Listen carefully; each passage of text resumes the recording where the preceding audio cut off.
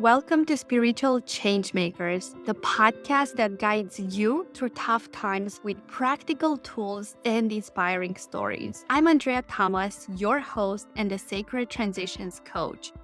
Join us as we hear from spiritual changemakers who have connected with their higher power and overcame adversity. Whether you are navigating a difficult transition or seeking to deepen your spiritual practice, our podcast provides guidance to help you find magic in the change.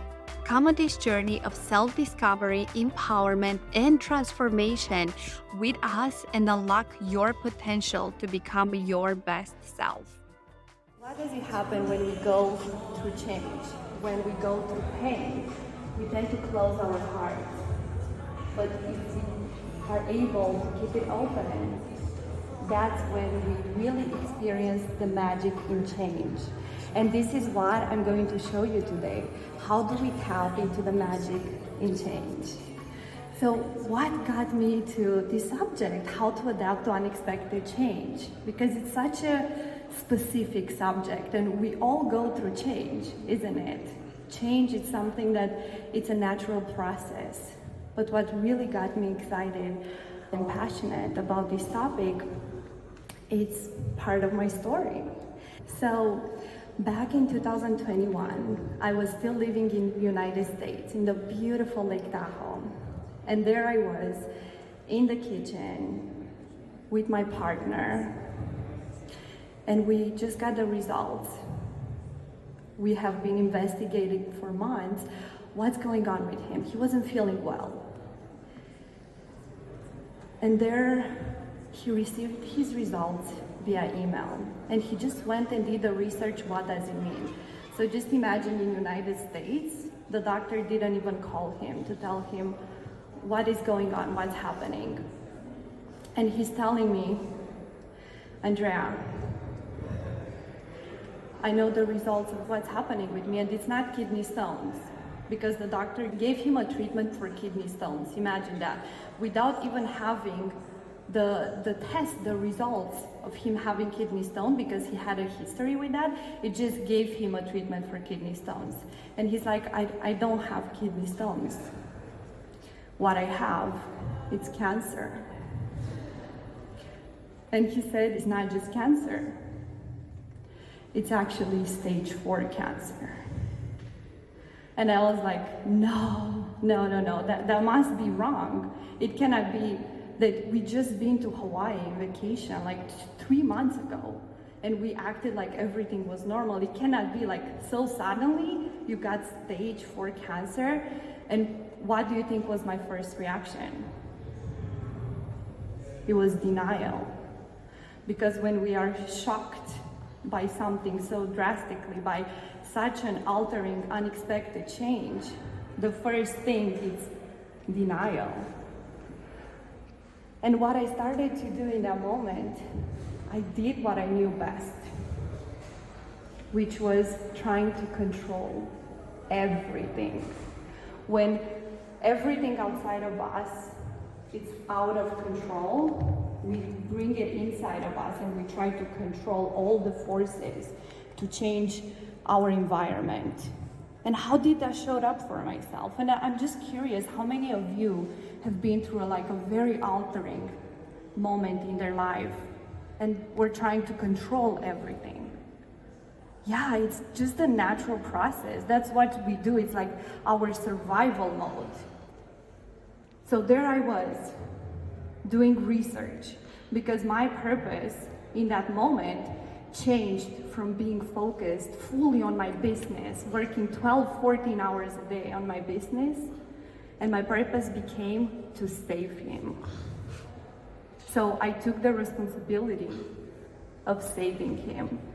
So that became my mission. So I remember going with him at the hospital, coming back at home at 1 a.m. in the morning, and I would just sit there at the computer and searching, what are the best treatments for cancer? Can someone survive from stage 4 cancer? And I was obsessed. I was obsessed by finding a treatment, by finding a way And that's what kept me going throughout that whole journey, the hope that miracles do exist. The hope that there are people out there who survive from stage 4 cancer. And because of that, I said, I'm not giving up. I'm searching until I'm gonna find a way, I'm gonna find a solution. And we've done everything. We've tried everything. I brought him shamans. I brought him Reiki healers. I even went myself and did a Reiki certification just to be able to do Reiki on him every single day, because that's how committed I was to save him. We went to Mexico. I remember he was already getting hospitalized all the time because he was having terrible pain and he was feeling so bad. And I made it a mission to take him to Mexico because I've learned about Mexico that there is a medical tourism. Anyone knows that? Yeah, there is a big medical tourism where you can do things that are not allowed to do in the United States. So I took them there. We lived in a clinic for 1 month for him to do a treatment. And we had hope because after we came back home, his tumor shrinked. Did anyone here had any loved ones or friends that have been through cancer? Yeah, this is so common. So you know, when you have someone next to you, or maybe even yourself, that goes through that, it's like this. It's like, oh, I'll get some results, then it's down. Some results, it's like an illusion that it might get better. So after we have tried everything, this is my partner. His name is Colin. And after we have tried everything, I have spent my last month in the hospital with him. And as much as I wished for him to be my miracle, unfortunately, he transitioned back in 2022 of April 14th on the other side. And while this has been the hardest, the most painful time in my life, it has also been the most beautiful. And why do I say that? It's not because it was not hard. It's not because I haven't experienced challenges. But it is because I was able to witness his pure essence, which it is pure love. Towards the end of his life, I was able to be there and witness his transformation, his transition, which is such a gift, such an honor. And he taught me what is really our purpose here on earth. And our purpose is not to achieve these big things, not to run after our goals, but our purpose is really to give and receive love. That's what we all want. That's what we are all chasing. To give and receive love. So when you tap into that, and when you allow yourself to go through life, to go through each and every interaction that you have with that in your mind and in your heart, then your life is going to be changed forever. And I know it's hard, because we don't want to be hurt. And I also want to tell you that if you are not willing to experience the pain, if you are not willing to experience the disappointment, then you are not willing to experience the love, the happiness, the joy. Because it's not that you choose between one or another. And this is where it comes, the duality of life. To be able to hold both, because you don't have to choose between pain and love, between sadness and joy. You don't have to choose. You can experience and you can have both at the same time. And this is my experience. This is what I have learned throughout this journey. And I want to cover a few points with you. And the first one is that change is inevitable. As I said, we all go through change. It's not something that you can avoid. You can resist, but you cannot avoid. But progress, it's optional. Not everyone is going to experience progress when they go through change, because that is a choice. That it's a choice you get to make, that no one else can do it for you. So you can choose to just go through change and just experience the same challenges, the same pain, the same things over and over and over again until you learn your lesson. Or you can choose to learn from it. You can choose to reap the benefits. Because every single time when we go through a change, there is an opportunity for growth. And when I was during that hard time, I was telling to myself that this is happening for me. There is a bigger reason, there is a bigger purpose on why I'm experiencing this. And I was not coming from a victim mentality where I was like, oh my God, why me? Why me? No, I knew it, that what I'm here to do on earth, it's big. And because of that, because I have to be able to hold it, to hold that big vision that I have to be able to hold the lowest point in my life as well. Do you get me here? Yes. So how do we deal with change? The first and the most important thing is presence. Presence. Being present. Instead of running, instead of rejecting, instead of wishing your circumstances, your life to be different right now, you find yourself into a point where you accept what's happening. And it's not easy, especially when you go through hard times. But when you get to that place of accepting what's happening and living into the present moment, that's when you are able to experience the magic. That's when you are able to see the joy also of the things that are happening. Because when I was during that journey, I have experienced so many miracles, so many people coming my way and helping us and lifting us and supporting us. But you are not able to feel the love and gratitude for those experiences if all you do is focusing on the bad things, on the pain.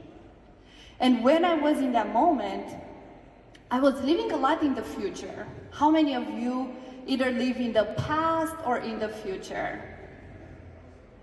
Yeah, so I was living a lot into the future, and I was terrified about what might happen to my partner.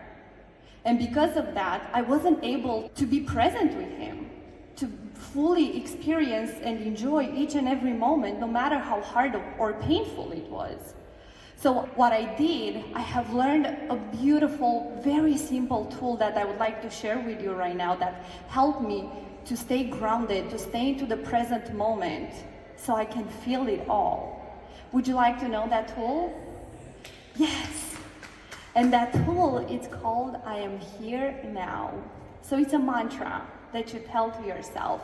And you put the middle of your index finger between your nose and your upper lip. So you put it here.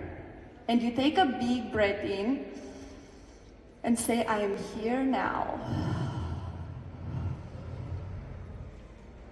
And do it again. I am here now.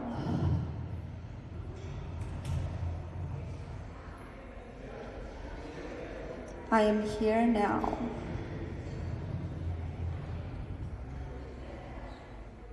And what this tool does, it goes directly to the amygdala of your brain that has to do with the fear and stress response. It's such a simple, such an easy tool that you can use at any given moment. And I've used this almost every single day because I needed these tools in my life to be able to lead myself on the journey. The second point is that change doesn't have to be hard. Again, we come to the choice, and not just that, but the focus. We know that what you focus on expands. What you focus on expands. And here, I don't know how many of you have heard about the story, good thing, bad thing, who knows? Do you know that story? I have done a quest from Raul, the quest for personal mastery, and he taught us that just simple quote, simple saying, which is a story that I really invite you to go and Google it. We don't have time for me to go and say the whole story, but the idea behind it is that stop labeling things as being good or bad, because our suffering starts in the moment that we label things as bad. That's when our suffering starts. So instead of labeling this is good or this is bad, you go in with a curiosity of the experience of the present moment of what's happening. And you are like, good thing, bad thing, who knows? Because now I want you to think about some experiences in your past that were so hard, so challenging, and in that moment, you wish you would have changed everything. You're like, oh my God, how can I get out of this? How can I get out of this? But then a few weeks, a few months, a few years along the line, you look back and you're like, wow, I'm so grateful because thanks to that experience, I am who I am right now. I was able to start my business, to quit my job, to move in another place, to start traveling the world, whatever it is that you desire. But it all started with a moment in your past, in your life, that was hard, that was painful. And because you label it in that moment, as such, you suffered even more. So what is the first point? Change is inevitable. And what is the tool I gave you on the first point? I am here now. The second point, change doesn't have to be hard. And this is where we are going to use good thing, bad thing, who knows? Are we clear? Yes? Okay. The next point I want to cover is that you have all the power to choose how you respond to the change. And here, I remember after we found out the diagnosis of my partner, my coach called me. And I was at the beach, sitting on the ground, and I was telling him, I don't think I can do this. How am I gonna be able to hold him, to hold this journey? I cannot do it. And he asked me a question. He asked me something that changed the trajectory of my life, that changed how I showed up during that time. Would you like to know that question? Yes. He asked me, Andrea, I want you to go 1 year from now and think about it. Who do you want to be during this journey? Who do you want to be? How do you want to show up? Because again, it goes back to the choice, to the power that we have, and to the control that we have over the situations. And our control, the control that we have in any given situation, is how we choose to respond. It's how we choose to show up. That's what is in your control. So who do you want to be? How do you want to show up during those really challenging times in your life? Because you always have a choice, and that it is in your power. And now, guys, exactly today, it is 1 year and 5 months since my partner passed. And I'm a big believer that there is no coincidence that I'm today on stage, exactly on Friday, exactly on the 14th, And now I really live my life believing in magic, believing in synchronicities, believing in miracles, even though he wasn't the miracle that I wanted him to be, but he's still my miracle. He is my angel right now. And I have been traveling the world the last 8 months, and now I'm living my mission, my vision, my purpose. And not just that, but I ask myself, what is the legacy that I want my partner to have? And I said, it is my transformation. His legacy is gonna be my transformation, because I choose to make out of that story, I choose it to make the best out of it. I choose it to allow it to me to grow in my best version. So I have been traveling the world the last 8 months. I've been on my healing journey. I've met love again. And I'm living my dream life because I have chosen not to close my heart, to keep my heart open, and to share my story with you. And my hope is that this is going to open something in you to see your power, because we never receive anything more than we are able to take. Thank you.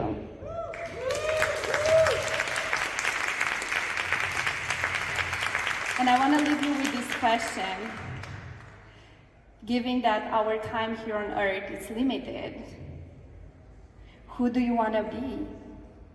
And how do you want to show up during this time? Because you have a choice, and you are powerful, and I believe in you.